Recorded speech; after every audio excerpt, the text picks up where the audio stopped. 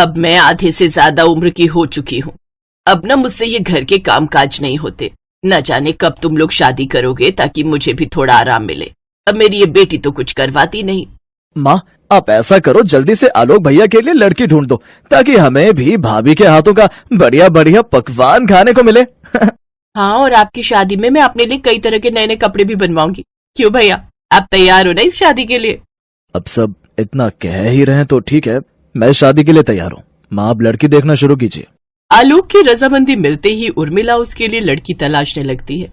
फिर एक रोज उर्मिला को अमीर घर की लड़की संजना पसंद आ जाती है। ऐसी लड़की तो ढूंढने से भी नहीं मिलेगी। अमीर घराने की, सुंदर, पढ़ी लिखी और ऊपर से खूब सारा दहेज लाने वाली। उर्मिला, तुम बहू ला रही हो। बहू तो ऐसी होनी चाहिए जो संस्कारी और घर को संभालने वाली हो। इससे आगे तो मैं क्या ही बोलूं। आप बिल्कुल मत घबराइए, वो लड़की संस्कारी भी है और अच्छे से हमारा घर भी संभाल लेगी। उधर दूसरी तरफ अर्जुन के ऑफिस में एक विदेशी लड़की ऐना आती है जो अर्जुन से टकराती है और पहली नजर में ही अर्जुन को उससे प्यार हो जाता है। ओह गॉड, कितनी सुंदर है ये लड़की। माँ की छोटी बहू बनने लायक तो है ये, लेकिन इसे हिंदी तो आती नहीं होगी और माँ को अंग्रेजी नहीं आती। खैर अच्छा है, दोनों सास बहू में कभी झगड़ा ही नहीं होगा। अर्जुन ये सब मन में सोच ही रहा था कि तभी ऐना उससे बोलती है, ओह आई एम सॉरी, वो गलती से मेरा पैर फिसल गया। अरे वाह, विदेशी होकर तुम तो बड़ी अच्छी हिंदी बोल लेती हो। वो एक्चुअली मेरे पापा फॉरेन से थे और मेरी माँ इंडिया से, इसलिए मैं अच्छे से हिंदी बोलना जानती हूँ। वाह भाई, ये तो सोने पर सुहागा हो गया। अब तो लगता है भैया के साथ साथ मुझे भी इससे शादी कर ही लेनी चाहिए। अर्जुन को ऐना से प्यार हो जाता है और ऐना भी अर्जुन को पसंद करने लगती है। कुछ ही दिनों में अर्जुन इस बारे में अपनी माँ से बात करता है। माँ ऐना बहुत अच्छी है और मैं उसी से शादी करूंगा। ये तूने सोचा भी कैसे कि मैं तुम्हारी शादी उस विदेशी से करवा दूंगी? अरे उसे कहाँ हमारे संस्कार, रीति रिवाज पता होंगे। लेकिन माँ, ऐना बहुत ही अच्छी लड़की है। वो बिल्कुल भी ऐसी नहीं है। उसे तो हिंदी भी बहुत अच्छे से आती है। और मैं कह देता हूँ, अगर आपने मेरी शादी ऐना से नहीं करवाई तो मैं सारी उम्र कुंवारा ही रहूंगा। उर्मिला के पास अब कोई उपाय नहीं था। आखिरकार हार मानकर उसे अपने बेटे की शादी उस विदेशी लड़की से करवानी ही पड़ती है। दोनों भाइयों की शादी एक ही दिन होती है, लेकिन जब बात गृह प्रवेश की आती है तो उर्मिला अपनी पसंद की लाई हुई बड़ी बहू का ही गृह प्रवेश करती है और उसे अंदर ले आती है। लेकिन बेचारी ऐना दरवाजे पर ही खड़ी रहती है। अंदर आओ ना छोटी भाभी, आप क्यों दरवाजे पर खड़ी हैं? ऐना अंदर आती है। ओह गॉड माँ जी, ये सब रस्में आखिर कब खत्म होंगी? मैं बहुत थक गई हूँ, मुझे कुछ देर आराम करना है अब। अरे नहीं बहू, ऐसी बात नहीं है। अब तुम आराम से जाकर अपने कमरे में आराम कर सकती हो। थैंक गॉड, कम से कम अब थोड़ी देर आराम करने को तो मिलेगा। वो तो आप लोगों का बस नहीं चलता, नहीं तो आप लोग तो मुझे हर वक्त रस्म रिवाज में ही उलझाए रखते। अपनी बड़ी बहू का ये बर्ताव उसकी सास को थोड़ा अटपटा लगा। जाओ रश्मि, अपनी बड़ी भाभी को अपने कमरे में ले जाओ, और तू अर्जुन ले जा अपनी बीवी को यहाँ से। अर्जुन ऐना को लेकर कमरे में चला जाता है। मुझे माफ करना है ना, वो क्या है ना, अभी माँ को तुम्हें अपनाने में थोड़ा वक्त लगेगा। कोई बात नहीं अर्जुन, मैं समझ सकती हूँ। ऐना भले ही दिखने में विदेशी थी, लेकिन उसका दिल बिल्कुल हिंदुस्तानी था। वो अपने से बड़ों का आदर करना खूब अच्छे से जानती थी। अगले दिन देशी और विदेशी बहुओं की पहली रसोई होती है। वो दोनों ही सुबह तैयार होकर हॉल में आती हैं। आ मेरी प्यारी संजना बहू, आज तुम्हारी पहली रसोई की रस्म है और मैं चाहती हूँ कि तुम ऐसा कुछ बनाओ कि उसके स्वाद के आगे ये विदेशी बहू फीकी पड़ जाए। वैसे भी इसे कुछ खास तो बनाना आता होगा नहीं, तो फिर तुम ही अपनी पहली रसोई में छा जाओ। क्या कहा आपने? खाना, और वो भी मैं? शायद आप भूल रही हैं माँ जी, मैं एक अमीर घर की लड़की हूँ और मैंने अपनी जिंदगी में मैगी के अलावा कभी कुछ नहीं बनाया। मेरे घर पर शेफ है ये सब करने के लिए। आप जैसे मिडिल क्लास फैमिली से नहीं है मेरे पापा। अरे बहू, ऐसा क्यों कह रही हो? अपनी पहली रसोई की रस्म के लिए लड़कियां हमेशा उतावली रहती हैं और तुम हो कि मना कर रही हो। उफ, आप ना मेरे पीछे ही पड़ गई हैं। अच्छा ठीक है, मुझे जो भी आता होगा मैं बना देती हूँ। और तू फिरंगन, जाकर देख ले कैसे बनता है खाना, क्योंकि इंडियन खाना बनाना तो तुझे आता नहीं होगा। संजना रसोई में चली जाती है। फिर ऐना भी रसोई में चली जाती है। ये फिरंगन तो ऐसे रसोई में गई है जैसे ये भारतीय खाना बना ही लेती होगी। बस ये आज मेरी रसोई को तहस नहस ना कर दे। कुछ देर बाद दोनों बहुएं टेबल पर अपनी पहली रसोई का खाना परोसती हैं, जहां बड़ी बहू मैगी लेकर आती है और खुद ही खाने बैठ जाती है। अरे बहू, ये क्या, इतनी देर में तुमने ये मैगी बनाई है और ऊपर से उसे भी तुम खुद ही खा रही हो। हाँ तो क्या हो गया, और मैंने बनाया तो मैं ही खाऊंगी ना इसे, तुम लोग अपने लिए खुद बना लो। कुछ देर बाद ऐना वहां आती है और खूब बढ़िया पकवान जैसे पूड़ी, आलू की सब्जी, मटर पनीर, हलवा और गुलाब जामुन बना कर ले आती है। ये देख सबके दिल में उसके लिए इज्जत पैदा हो जाती है। अरे वाह, क्या खुशबू आ रही है, लेकिन विदेशी भाभी और वो भी इंडियन खाना, कमाल हो गया। हाँ यार, ये तो उसने मुझे भी नहीं बताया था। लेकिन बहू, तुमने ये सब कहाँ सीखा? मुझे बचपन से ही कुकिंग का शौक था माँ जी, तो मैंने अपनी मम्मी से सीखा है।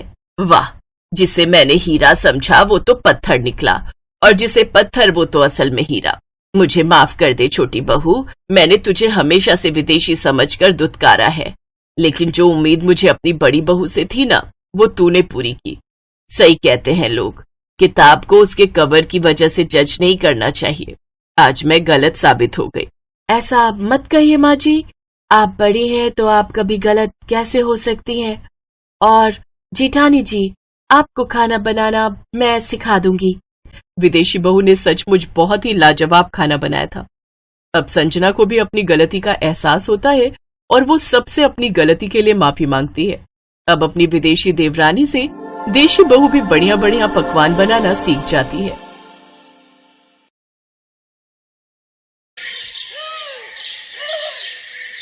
चलना अनन्या, किसी को उल्लू बनाते हैं। क्या सुकन्या, तुझे तो हर टाइम मस्ती सूझती रहती है, घर चल। चल लेंगे ना, पर पहले किसी को बेवकूफ बनाते हैं।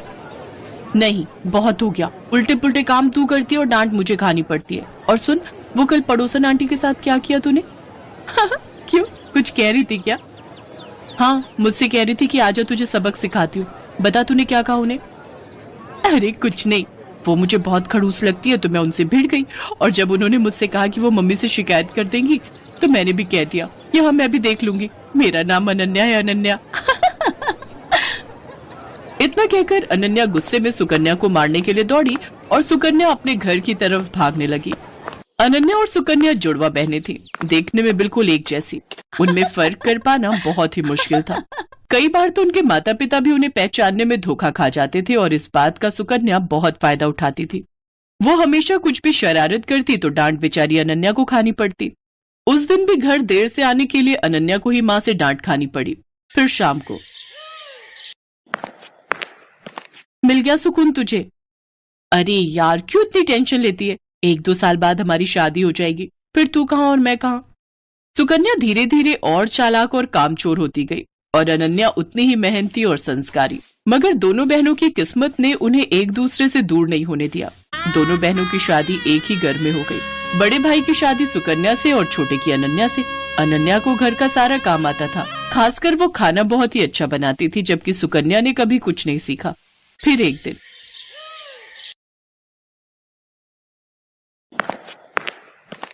अरे बैठकर टीवी देख रही हो, पहले जाकर कपड़े तो धो लो। माँ जी, आप अनन्या को बोल दो ना, सुबह से मैं ही तो घर का सारा काम कर रही हूँ, बर्तन धोए और फिर खाना भी बनाया। अच्छा अच्छा अच्छा, सॉरी बेटा, मुझे लगा कि वो सब अनन्या ने किया है। नहीं नहीं माँ जी, सारे काम मैंने किए, वो तो बस अभी निकली है अपने कमरे से। अच्छा, रुको जरा, अभी खबर लेती हूँ उसकी। सरला गुस्से में अनन्या के पास गई जो झाड़ू लगा रही थी। दिन भर बस टीवी या फिर आराम, अब ये कोई टाइम है झाड़ू लगाने का? पर माँ जी। चुप हो जाओ, एक उसे देखो, अपनी बहन को, कितना काम करती है बेचारी। अपनी सास की बात सुनकर अनन्या समझ गई कि उसकी बहन सुकन्या ने उसकी सास को भी बेवकूफ बना दिया है। वो अपनी सास से कुछ नहीं बोली और चुपचाप झाड़ू लगाती रही। बेचारी अनन्या सुबह से शाम तक घर के सारे काम करती, लेकिन फिर भी उसे ही सास की डांट खानी पड़ती। फिर एक दिन, अरे बहू चल मेरे साथ रसोई में, आज मिलकर खाना बनाते हैं। ठीक है माँ जी, आप चलो, मैं आती हूँ। सरला रसोई की तरफ चली गई और सुकन्या सीधे अनन्या के कमरे में। अरे अनन्या, वो तुझे माँ जी बुला रही है खाना बनाने के लिए। अच्छा, बस अभी जाती हूँ।